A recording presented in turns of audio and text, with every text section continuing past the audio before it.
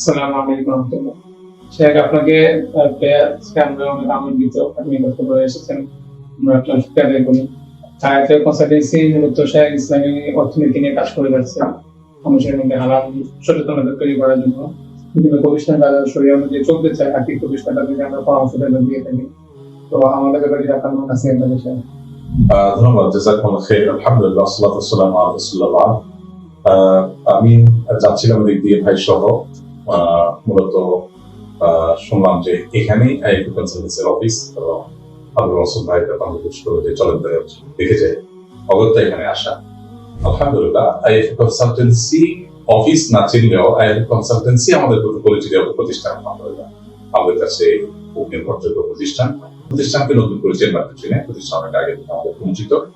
আলহামদুলিল্লাহ, বাংলাদেশে ইসলামিক অর্থনীতি এবং ইসলামিক ফাইন্যান্স নিয়ে কাজ করার মতো প্রাতিষ্ঠানিক ভিত্তি যাদের আছে সেই প্রতিষ্ঠানগুলোর মধ্যে অন্যতমই হলো আইএফএ কনসালটেন্সি। আলহামদুলিল্লাহ, আমাদের যে সমস্ত ব্যবসায়ী ভাইয়েরা বোনেরা তাদের ব্যবসা কার্য হালাল ভাবে পরিচালনা করতে চান, ব্যক্তিগত পর্যায়ে কারো অর্থনৈতিক বিষয়গুলোতে শরিয়া মেনে চলতে চান, আল্লাহর কাছে জবাবদিহিতার বোধ যাদের আছে, ইমানদার যারা আছে, তারা আসলে যার মতো করে ব্যক্তিগত উদ্যোগে হলেও খুঁজে বের করতে হবে যে কারা আসলে ইসলামিক অর্থনীতি নিয়ে আধুনিক লেনদেনগুলো নিয়ে কাজ করে।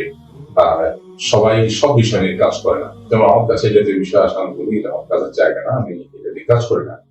আমি শরিয়া সারা বিষয়গুলো নিয়ে কাজ করি।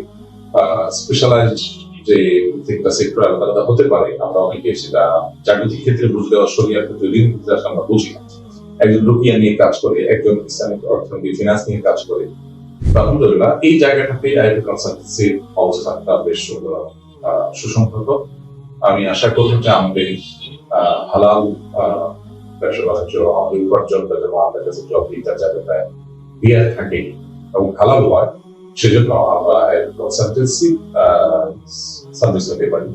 আইএফএ কনসালটেন্সির প্রতি আমার আহ্বান থাকবে তারাও আল্লাহকে পরিপূর্ণভাবে ভয় করে সম্পূর্ণ শরিয়া যাতে মানুষ মেনে চলতে পারে, এবং নিশ্চয়ই তারা ইথিক্যাল বিষয়গুলোকে দেখেন সেভাবে, কিন্তু নিত্য নতুন বিষয়গুলোকে যেগুলো আধুনিক বিশ্বে নতুন করে সামনে আসছে এই বিষয়গুলোকে যত বেশি সম্ভব সর্বোচ্চ গবেষণা করে এটাকে এমন পর্যায়ে নিয়ে যাওয়া যায় সম্পদের সুবিধা যায়, অর্থনীতির লেভেলটা যেন বাড়ানো যায়, যেন উত্তর চলে না আসে। সেটা একই বলছে করার না বলে আমি বিশ্বাস করি যে যেন ভাবে উত্তর দেয় না। বাকি এই ক্ষেত্রে যত বেশি সিরিয়াসনেস আনা যাবে সিনিয়র মহিলাদের এবং সিনিয়র স্কলারদের বিশ্বব্যাপী যারা কাজ করছেন সেগুলোকে আমরা আজাবে তত বেশি ইনশাআল্লাহ মানুষের ট্রাস্ট তৈরি হবে। আর তার চেয়ে বড় কথা আল্লাহর কাছে আমাদের জবাবদিহিতাটা পরিষ্কার থাকবে ইনশাআল্লাহ। দোয়া করে আল্লাহ আপনার পরিশ্রমকে কবুল করুন এবং আমাদের সবাইকে যার যার জায়গা থেকে ইস্তেফারা করার তৌফিক দান করুন। আর এটা বলতে কোনো দ্বিধা নেই, এবং বলা উচিত আমি ব্যক্তিগত ভাবেও শরিয়া বিষয় অর্থনীতির কোনো বিষয় জানার দরকার টিমকে আমি বলি। আসন্ন ফাউন্ডেশনের অনেক বিষয় আছে যে বিষয়গুলোতে আমরা নিয়ে থাকি, তো এটা বলা উচিত নেই।